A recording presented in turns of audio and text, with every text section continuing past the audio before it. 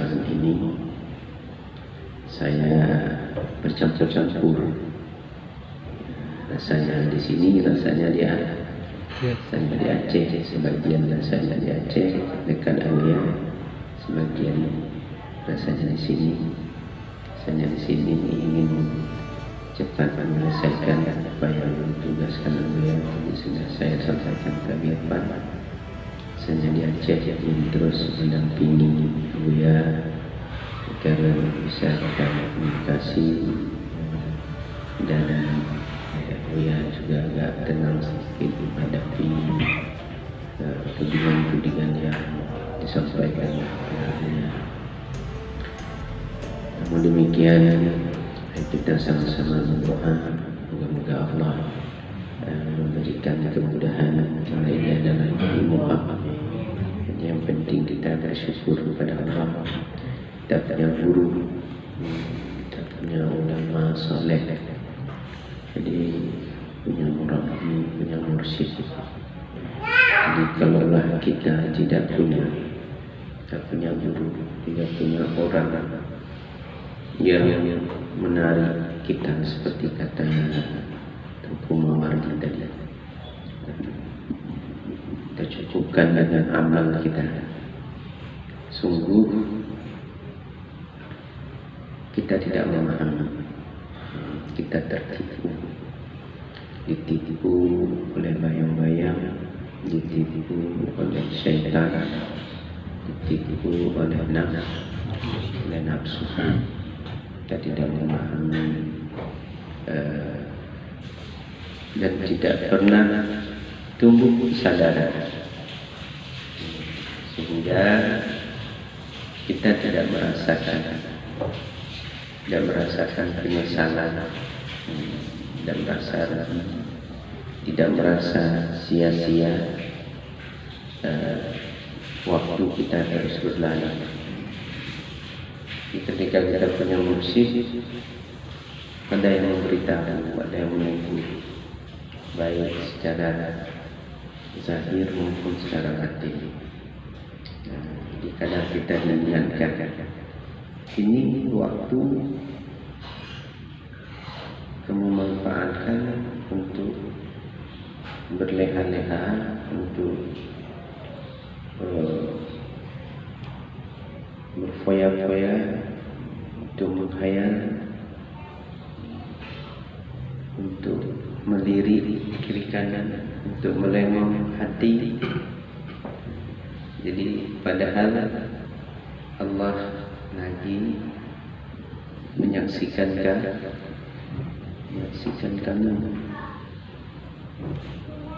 Allah di hadapanmu, kamu tidak merasa rugi, tidak merasa malu, tidak merasa sia-sia waktu berlalu.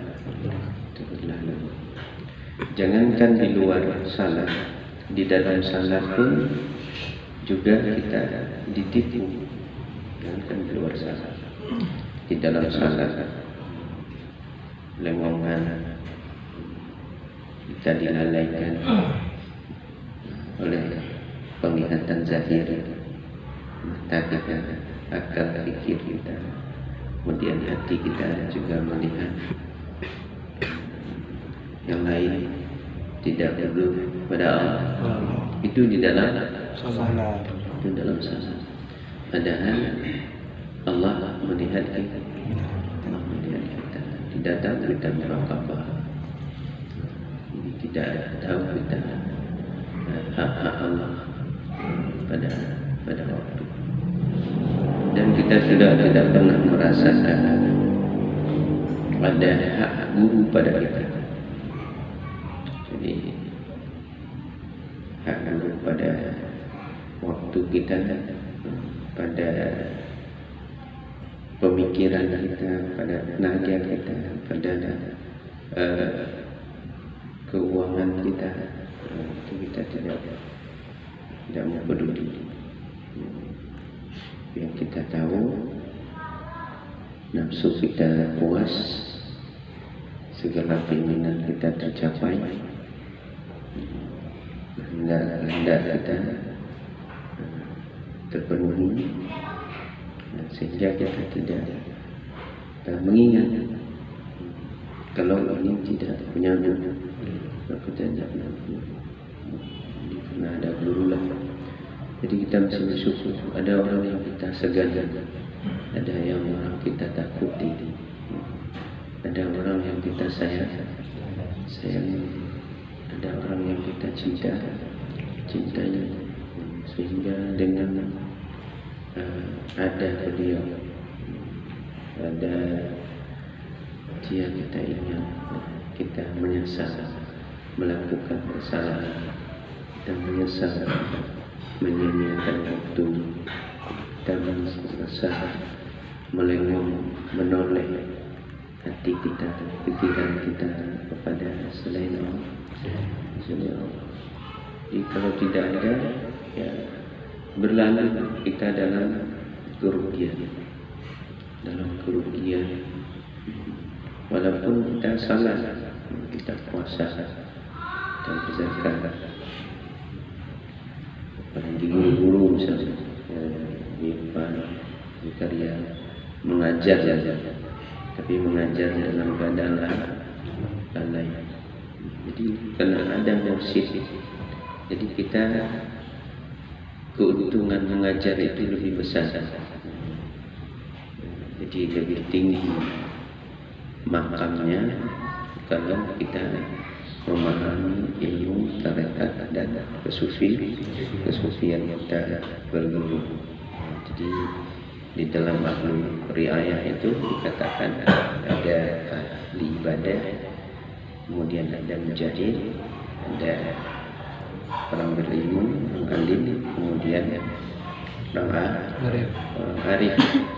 Jadi orang berilmu itu di bawah orang arif. Kalau dia menyampaikan ilmunya karena Allah. Kalau kita tidak tahu, tidak diberitahu hal yang demikian, kita tidak pernah menyampaikan ilmu itu karena Allah. Kita sampaikan terlihat yang lain, ada kepentingan dan keuntungan diri. Minimal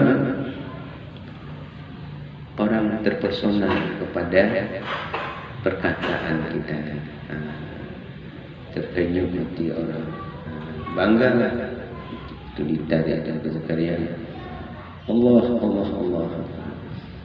Ya lah, ini sekarang ini anak lagi. Alhamdulillah tidak ada lagi. Jadi itu bersyukurnya kita punya guru.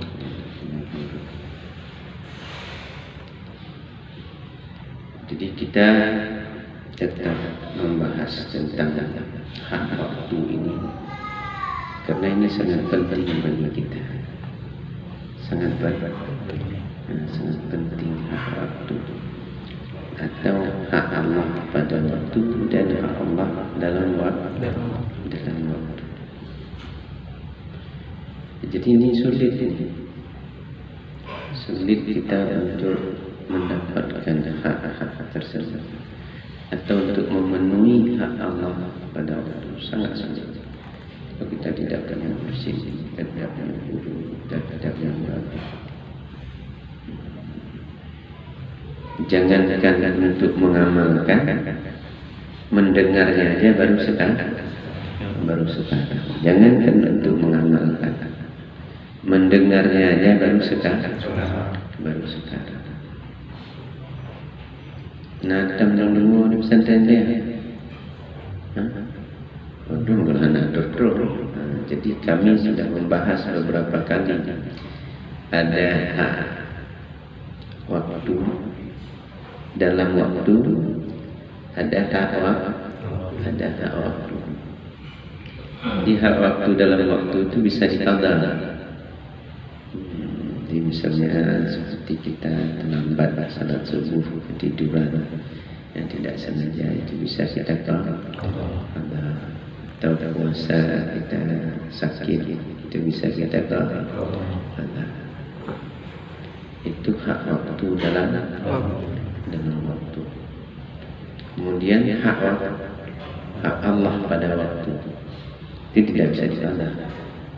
Allah pada waktu sekarang itu sekarang, nanti itu yang sudah yang berlalu itu tidak ada lagi, habis hilang.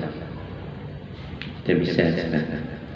Jadi kalau maka dituntut oleh orang tarikat itu ingat Allah pada setiap nafas.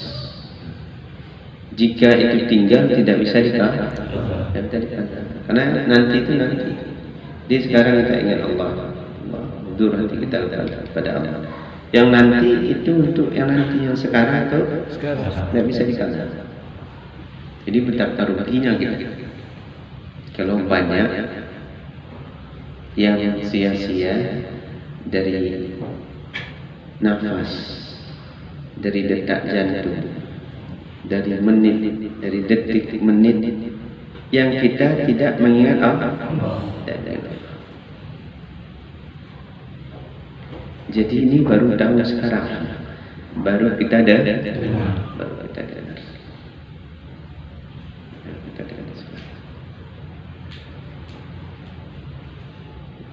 Selama ini kita ada yang bukan tidak ada, karena tidak ada yang mengingatkan, tidak ada yang menyadarkan.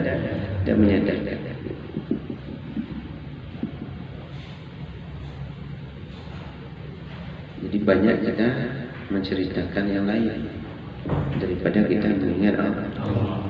Macam-macam lah kita.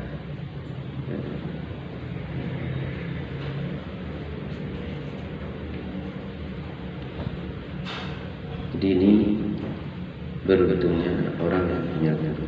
Paling tidak kalau kita belum bisa menetapkan itu, kita belum bisa menetap karena nafsu kita ini masih kotor, tarikan selain Allah banyak, tabiat tubuh kita jelek, ya kan? Tabiat nafsu kita jelek.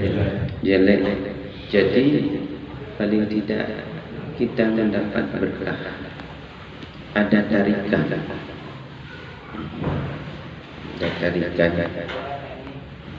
dari kebersihan Tuhan Guru. Jadi doa kita berkali-kali, setiap hari, setiap saat. Misalnya kita berdoa, ya Allah, istiqamahkanlah saya dalam menjalani perintah-Mu, atau istiqamahkanlah saya untuk mengamalkan apa-apa yang telah aku pahami. Itu tiap saat asalnya kita berdoa. Itu belum tentu dikabulkan Allah. Jadi sekali doa guru tertuju kepada kita, itu cepat Allah kabulkan. Maka ini pentingnya orang berguru, karena doa guru itu dikabulkan oleh Allah. Doa kita itu bukan Allah tidak adil. Cuma waktu kita berdoa, hati dan pikiran kita kemana-mana. Jadi ada kekasihnya. Allah itu punya kekasih. Sama dengan kita manusia. Jadi seorang pejabat misalnya, dia mempunyai orang terdekat. Kalau kita minta lewat orang tersebut, itu cepat dikasih. Tapi jika kita minta orang yang lain, sama-sama anak buahnya, nah, itu belum tentu dikabul, walaupun sudah berkali-kali. Jadi itu manusia sama manusia. Begitu juga lah Allah.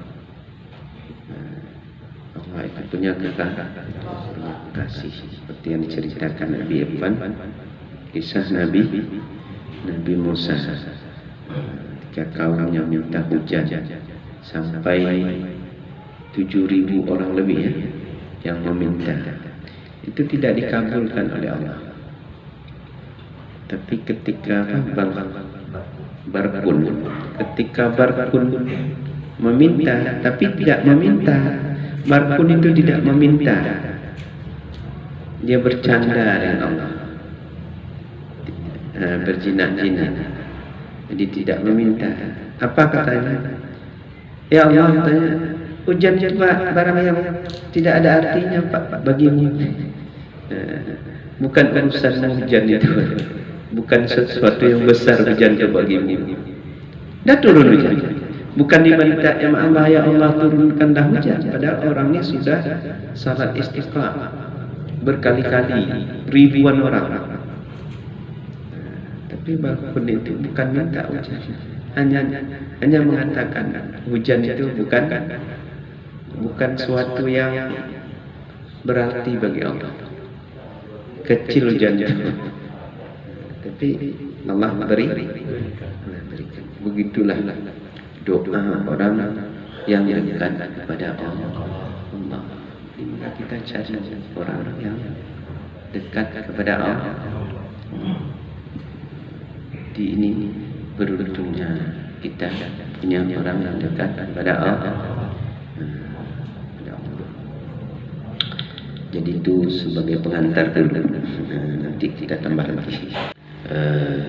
Berbagi pengalaman itu untuk mengurangi kelalaian. Jadi kalau terlalu banyak bercerita yang lain-lain, jadi akan lalai. Jadi kita di dalam menjaga waktu.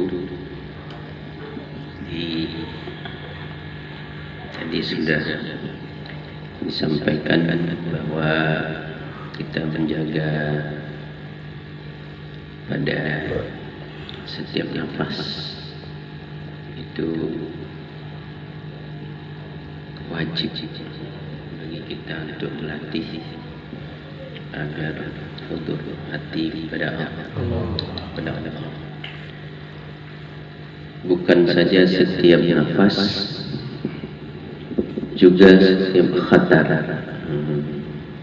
Jadi khatar, goresan-goresan yang datang itu untuk ingat Allah. Tapi goresan kita ini yang banyak ingat selain Allah.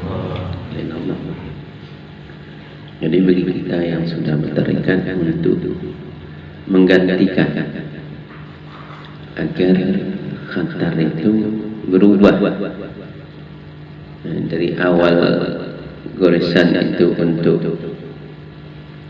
ingat selain Allah, kemudian digantikan ingat kepada Allah,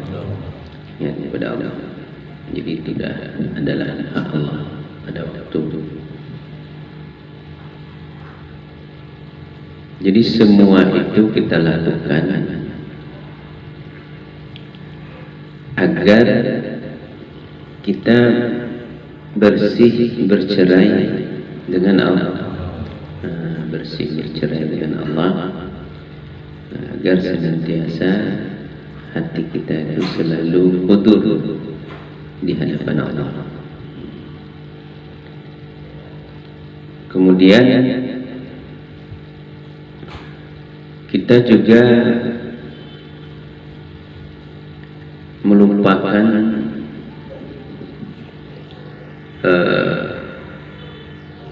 jalan-jalan yang sudah kita lalui.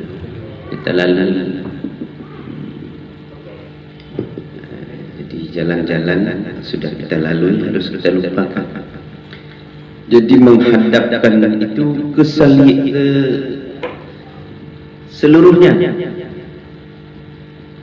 Ingat itu keseluruhannya.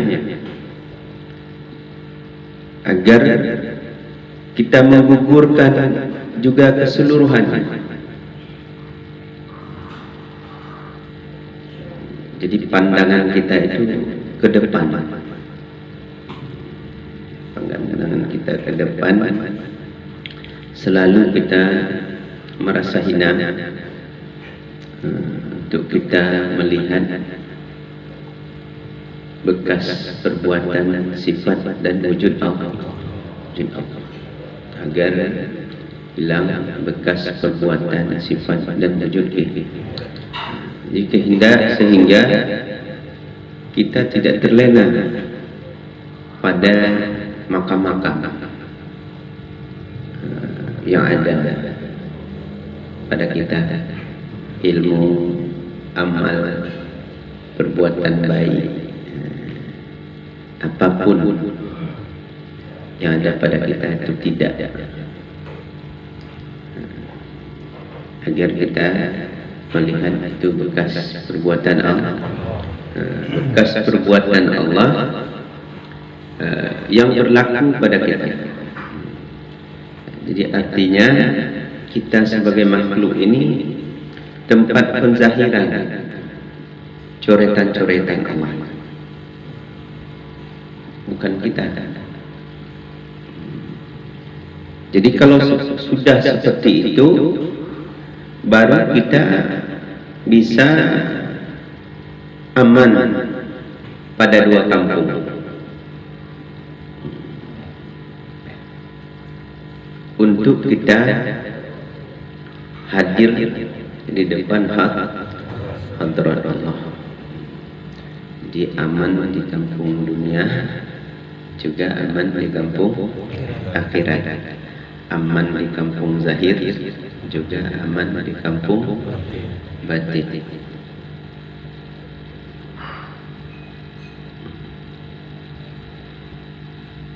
Baru kita bisa memenuhi hak Allah, hak makhluk Allah, hak manusia, kemudian hak diri, hak Allah agar kita patuh padanya.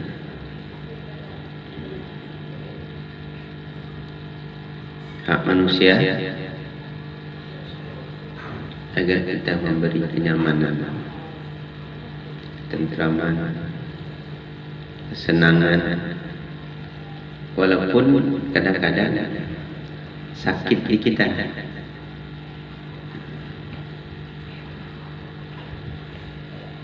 Ini kadang-kadang sakit di orang, senang di kita. Ini yang kita ini karena wujud, karena keakuan, karena anania. Yang penting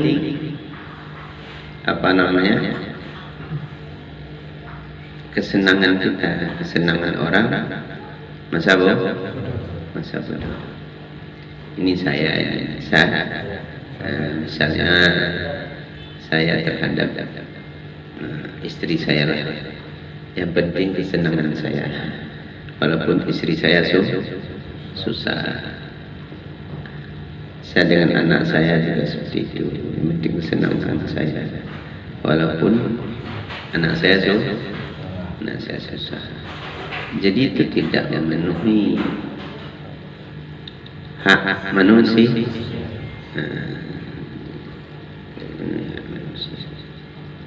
Mengambil yang liaman lah penuh hak ayuan. Jadi itu untuk memenuhi hak manusia. Istri kepada suami juga seperti itu, inginnya haknya yang dipenuhi, harus dilayani, harus disayangi, harus dilindungi, jadi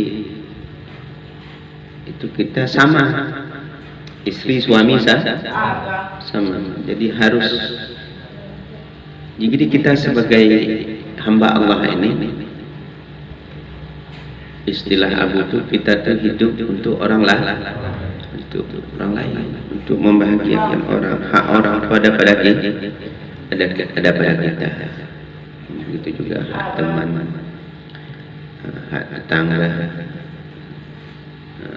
Jadi mengalau panjang jangan lama kan tegar. Ntar dulu abang lagi ngaji. Bang Tegar mana? Hah? Bang Tegar aja dulu, ya? Bang Tegar aja dulu. Abang lagi ngaji, ya?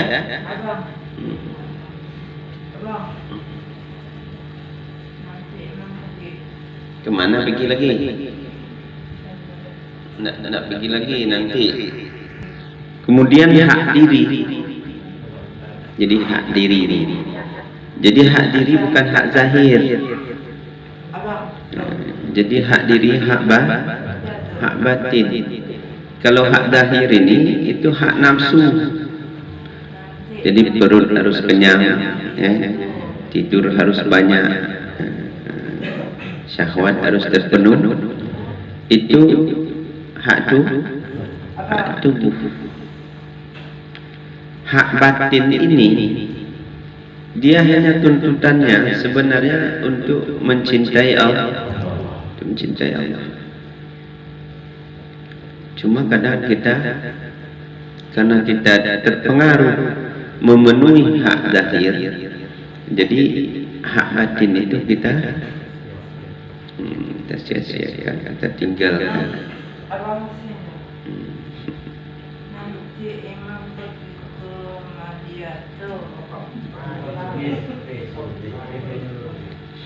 Oh ya, nanti ya. Ya, nanti yang lama banget boleh. Ya. Jadi itu hak di.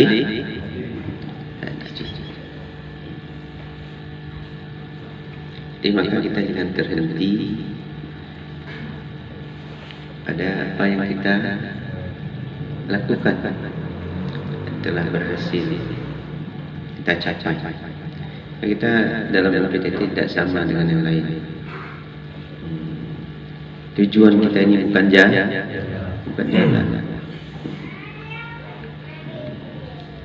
Oh begini.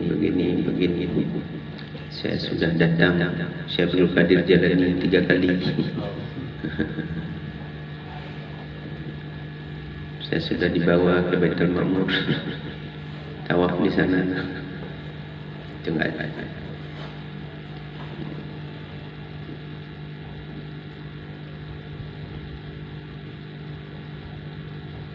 Itu bukan cerita kita, tapi bagaimana cerita orang tentang kita. Bukan cerita kita tentang kita, tapi bagaimana cerita orang. Kalau ada 10 orang, 9 menceritakan kita tidak baik, berarti kita tidak baik. Kalau ada 10 orang, 6 menceritakan kita baik, ada kebaikan. Ini 9 orang, 10 orang, 9 benci sama kita. Berarti ada yang keliru tentang kita.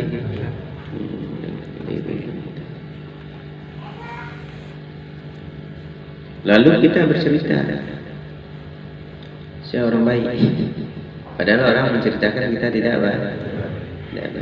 Lalu kita ceritakan, saya orang baik, saya orang taat, saya orang ikhlas, saya orang sabar, saya orang istiqamah, saya orang taat. Jadi kita bukan cerita. Jadi kita menyembunyikan kebaikan, tapi kita lihat kekurangan, kejelekan nafsu kita itu yang kita harus hanyut di situ. Karena waktu ini jadi kita ada nafas yang barusan berlalu, ada nafas sekarang, ada nafas nanti. Ditambah lagi di atas waktu itu, seolah-olah itu waktu terakhir kita. Itulah nafas terakhir kita, dan habis itu mati.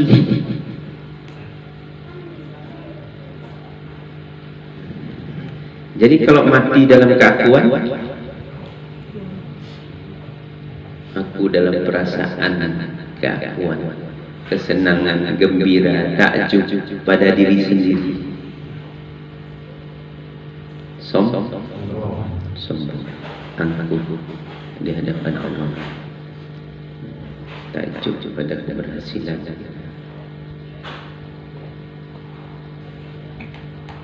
Jadi di dalam tauhid tasawuf itu kita putus. Cuma tidak mungkin kita sampai pada makam wali yang seperti itu. Paling tidak kita ini murid wali. Murid wali dan kita bisa menyangkutkan kemauan kita, atau istilahnya mentauhidkan himmah,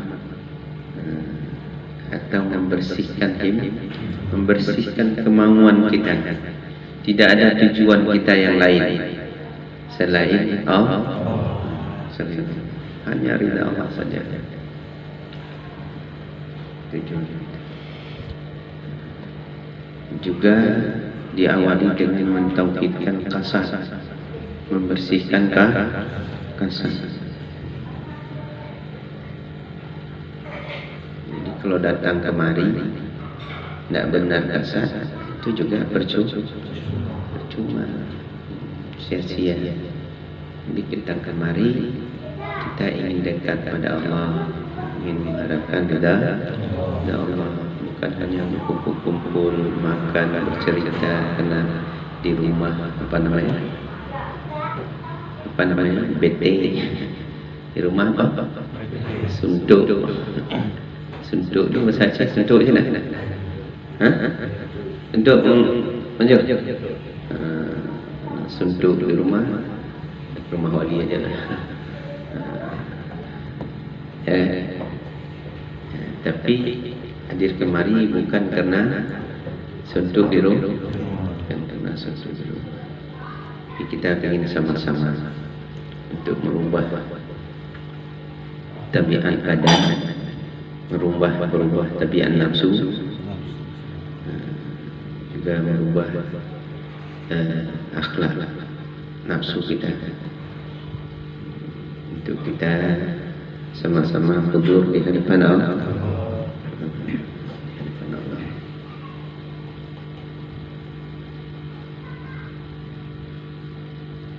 Memang berat, karena dalam tauhid tasawuf ini selalu diri kita yang kena.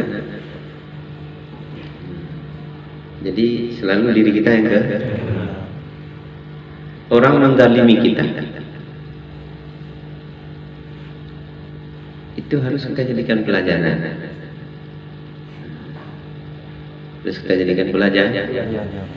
Dan segera kita maafkan. Ya Allah. Segera kita maaf. Itu ilmu. Cuma zahirnya latih masing-masing. Zahirnya latih masing-masing. Jadi kan ada tuh, tahan disakiti, tahan tidak menyakiti, selalu memberikan yang baik-baik.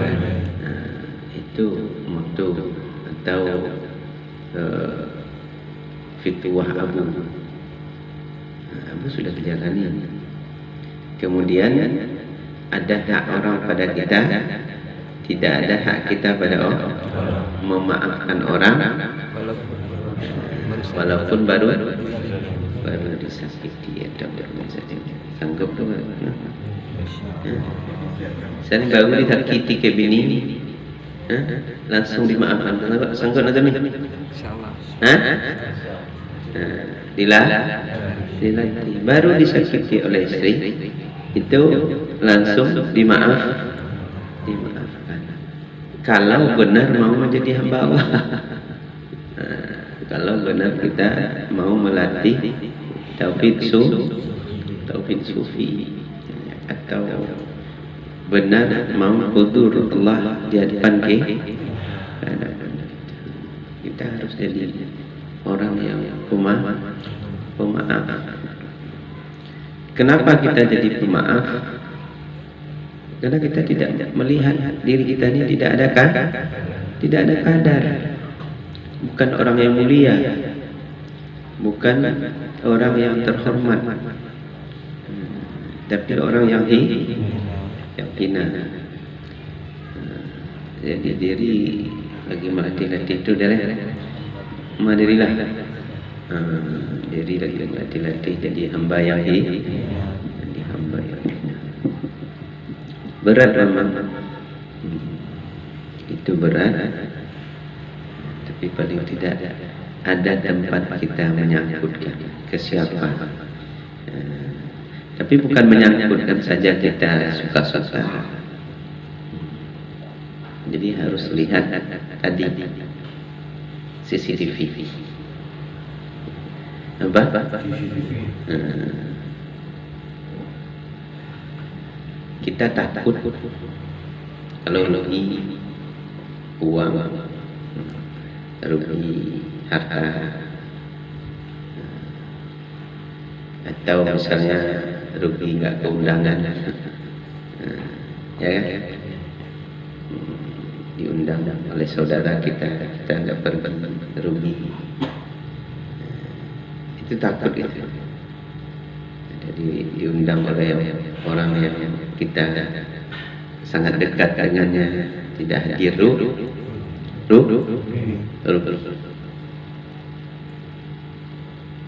tapi kita tidak takut kalau diundang salat, tapi kita nggak salat. Jadi kita ada takut. Sudah takut. Kapan kita takut? Walaupun belum terlalu takut, tapi paling tidak sudah terasa penyesalan ketika kita meninggalkan.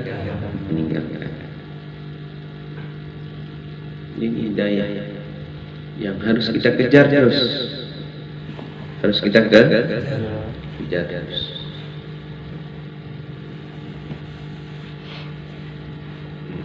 Takut kita melakukan kesalahan karena kita sebentar lagi mati.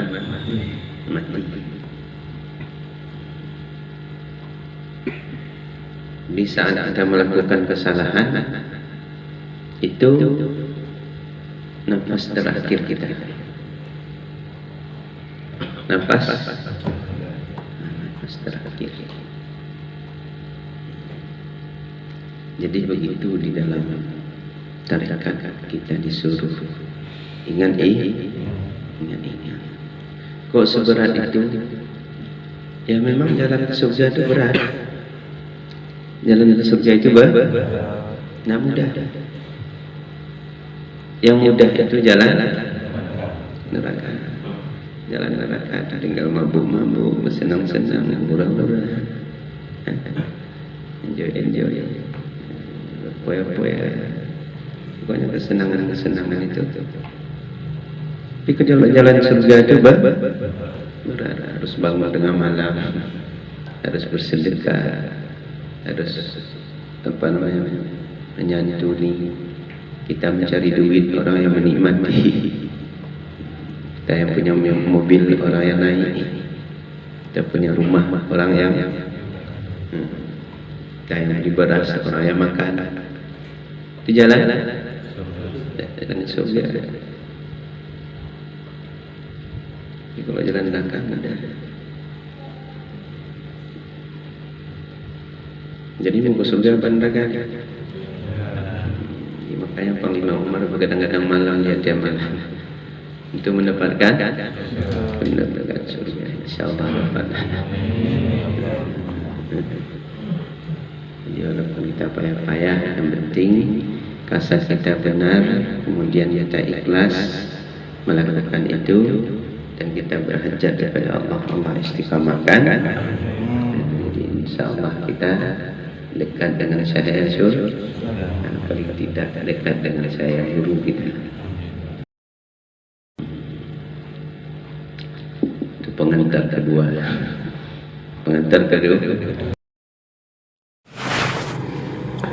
Yang kedua adalah ada nafsu untuk mencapai hudud atau kepentingan atau maksud diri.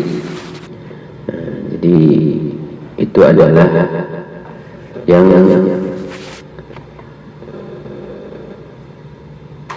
dipengaruhi oleh nafsu masuk diri, keuntungan diri. Apapun yang kita lakukan kebaikan atau kita melakukan sesuatu, kalau tidak untung, itu kita tidak mau.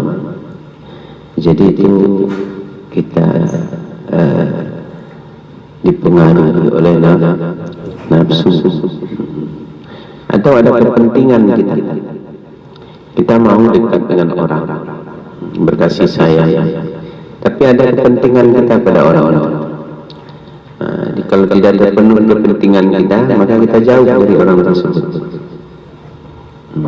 Jadi orang-orang seperti ini juga akan terus dikuasai oleh nafsu,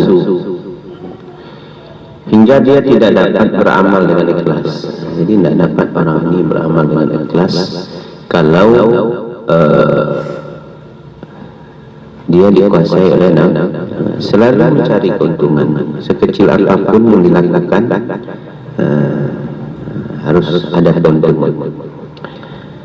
Ingin disebut, dipuji-puji, disanjung-sanjung, dimuliakan.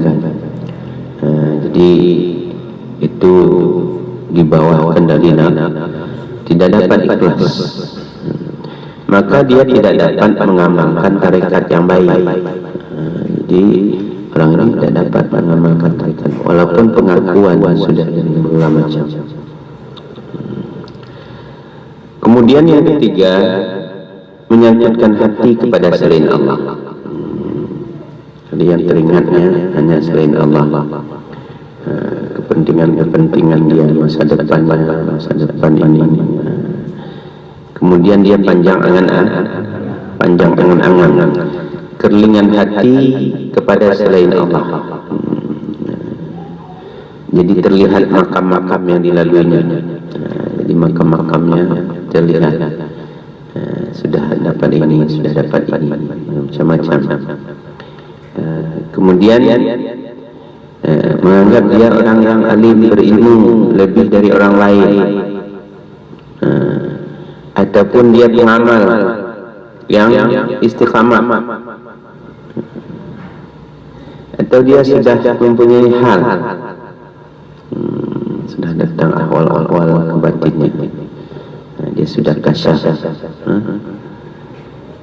serta pekerjaan sehari-hari dia tidak dapat berkumpul dengan Allah. Dia tidak dapat berkumpul. Tadi yang saya katakan bersih, bercerai itu tidak dapat. Kemudian rusak hatinya karena ada selain Allah dalam pandangannya, maka dia tidak dapat berhakikat yang lain. Cahaya Allah itu tidak pernah dia dapat,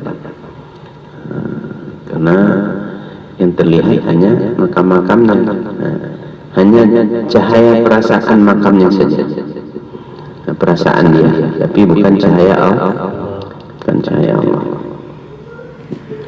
Kemudian yang keempat, dia tidak dapat mentajridkan syuhud, Allah yang menyaksikan dirinya dengan dirinya setelah dia fana dalam wujud Allah, maka dia tidak dapat bermanfaat dengan baik. Jadi dia tidak dapat memutuskan itu. Jadi melihat Allah yang menyaksikan, tapi yang menyaksikan siapa? Dia, bukan Allah, bukan Allah. Yang fana dia, bukan dia dipandangkan Allah, dipandang-pandangkan dirinya. Ambo waktu panal ada tandu dah lima. Jadi cerita panal, padahal hayalah, bukan panal. Membuat waktu panal dua suai berputar-putar mo dia tekabah pada gelayang itu menghayal. Jadi orang panado yang hilang dia dalam berbuatan. Jadi terlihat ya semuanya bekas perbuatan Allah. Jadi orang ini tidak dapat bermakrifat. Kita boleh saja mendapatkan ilmu. Ini peringatan anu ya, keras ini memang. Boleh saja mendapatkan ilmu, baik ilmu syariat, ilmu tarekat, ilmu hakikat. Ini perlu disimak. Kita boleh saja mendapatkan ilmu syariat, tarekat, hakikat dan makrifat dan mengamalkannya. Boleh kita mendapatkan ilmu syariat, ilmu tarekat, ilmu hakikat, dan kita amalkan. Lalu kita dakwahkan, menyampaikan kepada orang bahwa syariat itu ini, tarekat itu ini, hakikat ini, makrifat itu seperti ini. Kalau kita mau berbidah itu seperti ini, ada berguru seperti ini. Dapat kita cerita dan memahami apa yang kita sampaikan. Akan tetapi ini kata kalau penyakit-penyakit yang tadi di atas belum dapat kita hilangkan, kita jauh dari diri kita, maka nur Allah yaitu hakikat dan makrifat dan nur Muhammad yaitu syariat dan tarekat belum kita dapati. Maka cahaya keberadaan Allah dan Rasul dan syahadah kita untuk keduanya belum dikira baik. Jadi jangankan yang lain, syahadah kita, artinya kita mengakui sebagai hamba Allah dan umat Rasulullah belum dapat baik. Kalau penyakit yang keempat tadi belum bersih, apa yang harus kita akui? Kita mengatakan asyhadu an la ilaha illallah, bersaksi bahwa tidak ada ilah yang disembah dengan sebenar-benarnya melainkan Allah. Itu tidak ada. Kalau penyakit nafsu atau kita bersaksi Rasulullah itu utusan, tidak dapat. Tidak bisa kita mendapatkan itu. Apalagi menjalani rohani. Kalau penyakit yang tadi tabiat nafsu, tabiat badan, ada nafsu, sangkutan hati, atau merasakan Allah, menyaksikan atau mentajrikan. Apakah Anda paham apa yang dituliskan di dalam makalah ini? Jadi ya insya Allah beribah agar kita, Allah merubah kita. Nah tabiatnya sulit merubahnya. Iya hari ini, besok dah lain. Malam ini ya, besok di belakang dah menurut kita. Ya wali, ya bang, ya mama. Besok sudah lain. Kalau belum, tanyakan pada ahlinya. Jadi belum bisa kita tanyakan kepada ahlinya, kepada Buya. Karena penyakit-penyakit ini penyebab terhijab Allah dan Rasul dalam pandangan kita. Jadi terhijab kita dengan Allah dan Rasul. Maka kita tidak dapat atau kita dapat dipengaruhi oleh syaitan dan hawa nafsu. Dimudah syaitan itu mempengaruhi kita dan nafsu juga menarik kita dalam menempuh kehidupan baik di rumah tangga, masyarakat dan di mana saja kita berada. Jadi kalau kita memperturutkan yang empat tadi, maka kita di bawah kendali syaitan dan jadi kita di dalam rumah tangga kita tidak bisa baik, apalagi di masyarakat, apalagi bergaul dengan yang lain. Kita bergaul dengan keluarga saja tidak bisa baik, karena dipengaruhi oleh wujud, oleh keakuan, oleh kebiasaan tabiat kita. tabiat badan atau adat nafsu. Bisa baik, apalagi dengan orang lain. Jadi mungkin ini masalah terakhir yang malam ini, terakhir nanti malam ini yang saya bacakan karena sudah 3 kali ya. Yang ketiga, jadi ya moga-moga bermanfaat untuk saya dan yang lainnya. Kalau masih ada mau penyampaian atau pandangan-pandangan atau bertanya, nanti dia bisa menambahnya kali ya. Lebih kurang saya mohon maaf. Assalamualaikum warahmatullahi wabarakatuh.